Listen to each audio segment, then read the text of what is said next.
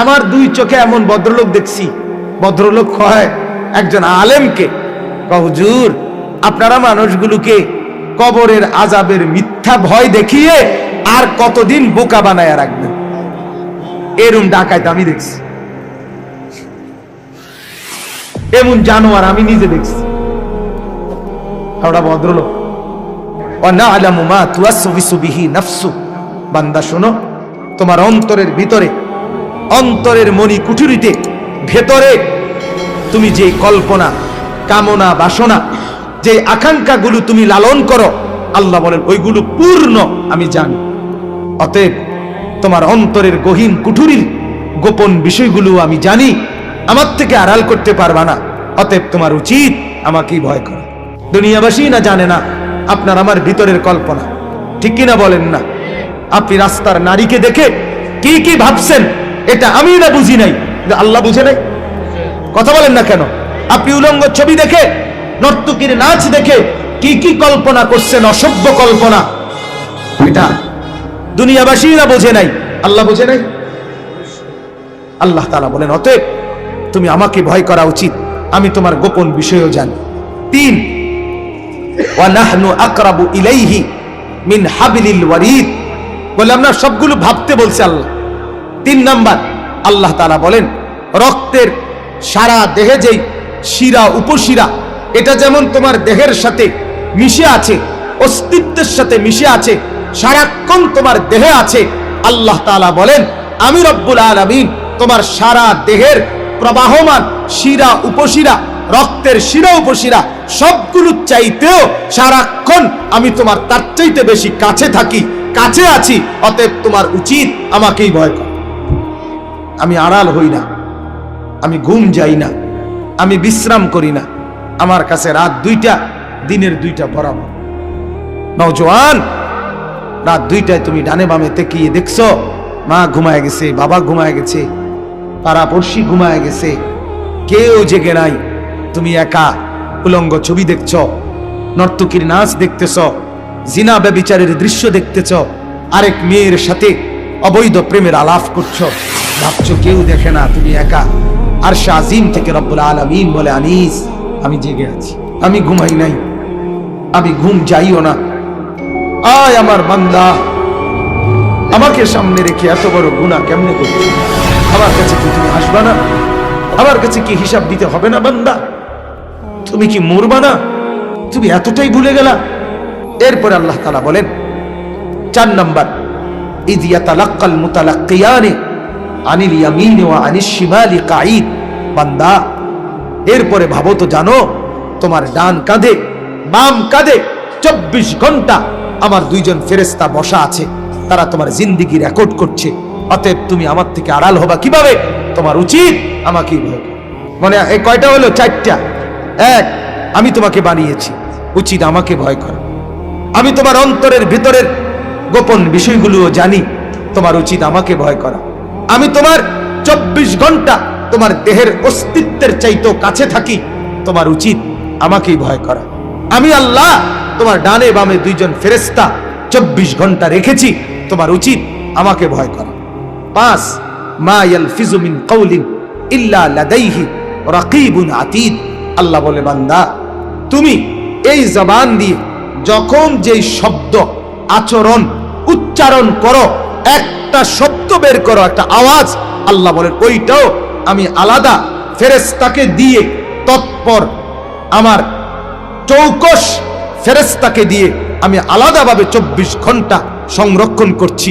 অতএব এই দেহের, এই জবানের একটা অক্ষর, একটা বিন্দু, একটা গীবত, একটা শিকায়েত, একটা বদনাম, একটা কুটনামি, একটা গালিগালাজ, একটা গানের আওয়াজ, একটা অক্ষরও তুমি আড়াল করতে পারবা না।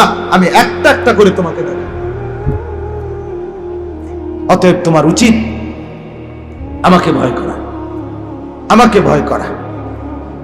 এরপর আল্লাহ বলেন 5 গেল। 6 আল্লাহ তাআলা বলেন ওয়াজাআত সাকরাতুল মাউত বিল হক, আমার বান্দা এরপরে তুমি শোনো, তুমি যেখানেই যাও, ঘুরতে ঘুরতে, হাঁটতে হাঁটতে, ভ্রমণ করতে করতে, লুকাইতে লুকাইতে, পলাইতে পলাইতে, মৃত্যুর থেকে বাঁচতে বাঁচতে, যত দূরেই যাও না কেন, চিরেই নিশ্চিত শুনে নাও, মৃত্যুর যন্ত্রণা তোমার কাছে আসবেই আসবে নিশ্চিত।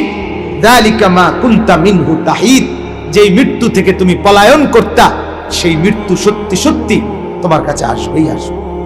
আজ না হয় কাল, এখানে না হয় সেখানে, রাতে না হয় দিনে, সকালে না হয় দুপুরে, হাসতে হাসতে কিংবা কাঁদতে কাঁদতে, উঠতে উঠতে কিংবা বসতে বসতে, কোনো এক সেকেন্ডে, কোনো এক মিনিটে মৃত্যুর যন্ত্রণা শুরু হবে।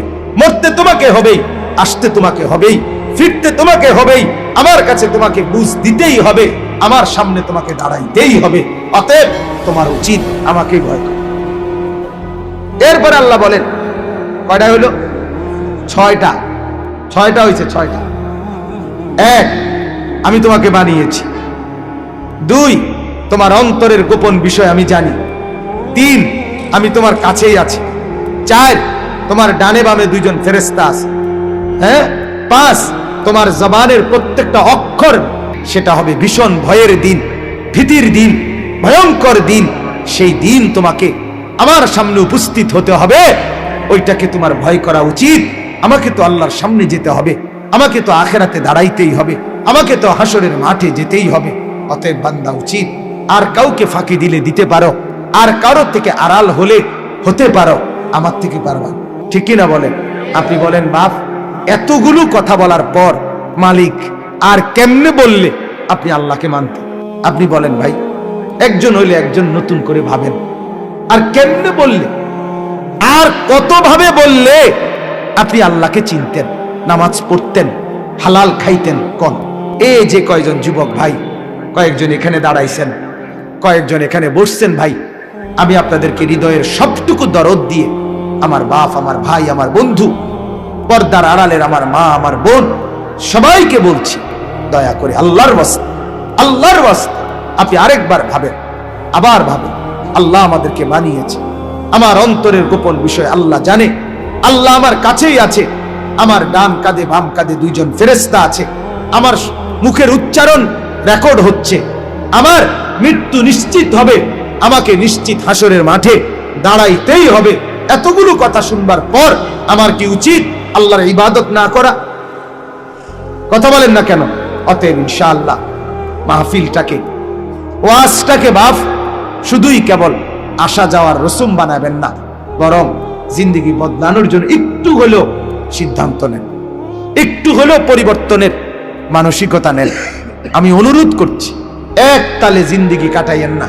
বিড়ি ফালাইয়া ওয়াজে ঢুকছেন, আবার বাইরেইয়া বিড়ি ধরাইলেন, জিন্দেগি এরকম বানাইয়েন না। টেলিভিশন চাইয়া এরপরে আইলেন, আবার গিয়ে আবার টেলিভিশন খুললেন, জিন্দেগি এমন বানায়েন না বাপ।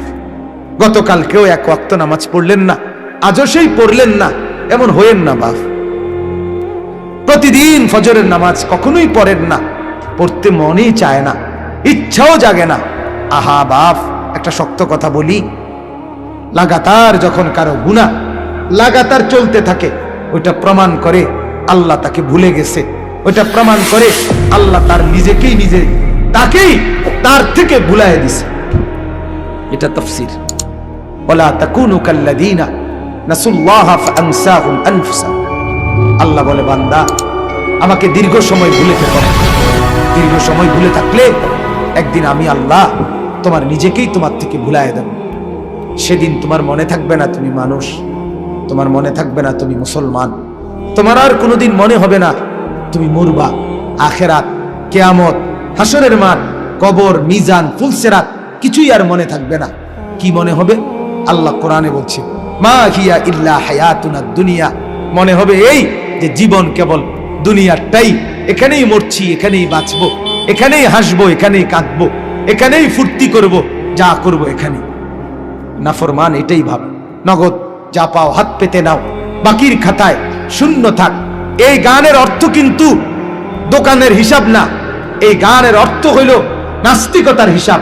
অর্থাৎ নগদ যা দুনিয়াতে পাচ্ছ, ভালো মন্দ, হালাল হারাম, বৈধ অবৈধ, বেড়া বেড়ি, পুরুষ নারী, জিনা ব্যভিচার, মদ জুয়া, ফেন্সিডিল বাবা, গাঁজা ফুট্টা, যা পাও সব ভোগ করো। বাকির খাতা আখেরাতের খাতা, আখেরাতের খাতা পরকালের খাতা খালি থাকে।